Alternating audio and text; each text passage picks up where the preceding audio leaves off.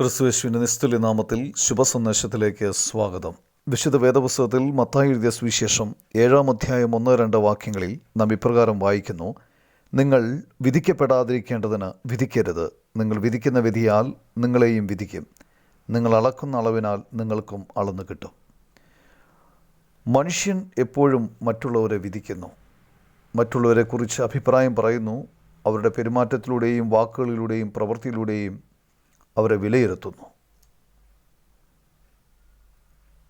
അതുകൊണ്ടാണ് റോമർക്കെഴുതിയ ലേഖനം 2-ാം അധ്യായം 1-2 വാക്യങ്ങളിൽ നാം ഇപ്രകാരം വായിക്കുന്നത്: അതുകൊണ്ട് വിധിക്കുന്ന ഏത് മനുഷ്യരുമായുള്ളവരെ, നിനക്ക് പ്രതിവാദം പറവാനില്ല.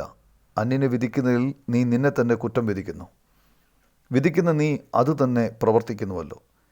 എന്നാൽ ആ വക പ്രവർത്തിക്കുന്നവരുടെ നേരെ ദൈവത്തിൻ്റെ വിധി സത്യാനുസരണമായിരിക്കുന്നു എന്ന് നാം അറിയുന്നു. നിങ്ങൾ വിധിക്കപ്പെടാതിരിക്കേണ്ടതിന് വിധിക്കരുത്. നിങ്ങൾ വിധിക്കുന്ന വിധിയാൽ നിങ്ങളെയും വിധിക്കും. നിങ്ങൾ അളക്കുന്ന അളവിനാൽ നിങ്ങൾക്കും അളന്നു കിട്ടും. മനുഷ്യൻ തൻ്റെ പാപനിമിത്തം ദൈവക്രോധത്തിന് പാത്രമായി തീർന്നു. പാപത്തിൻ്റെ ഭയാനകമായ ശിക്ഷയായ നരകാഗ്നിക്ക് ഇരയായി തീർന്നു. മനുഷ്യനെ പാപത്തിൽ നിന്ന് വിടുവിക്കുവാൻ കർത്താവായ യേശുക്രിസ്തു കന്യകയിൽ ഭൂജാതനായി.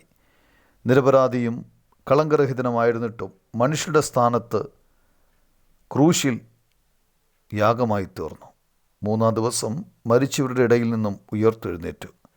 കർത്താവായ യേശുക്രിസ്തുവിൽ വിശ്വസിക്കുന്നവൻ പാപമോചനം പ്രാപിക്കുകയും ദൈവക്രോധത്തിൽ നിന്ന് രക്ഷിക്കപ്പെടുകയും ദൈവസ്നേഹത്തിന് യോഗ്യരാകുകയും ചെയ്യുന്നു. കർത്താവായ യേശുക്രിസ്തുവിലുള്ള വിശ്വാസത്താൽ നിങ്ങളും ദൈവസ്നേഹത്തിന് യോഗ്യരായി തീരുവാൻ കഴിയട്ടെ എന്നാണ് നിങ്ങൾക്ക് വേണ്ടി ദൈവത്തോടുള്ള ഞങ്ങളുടെ പ്രാർത്ഥന.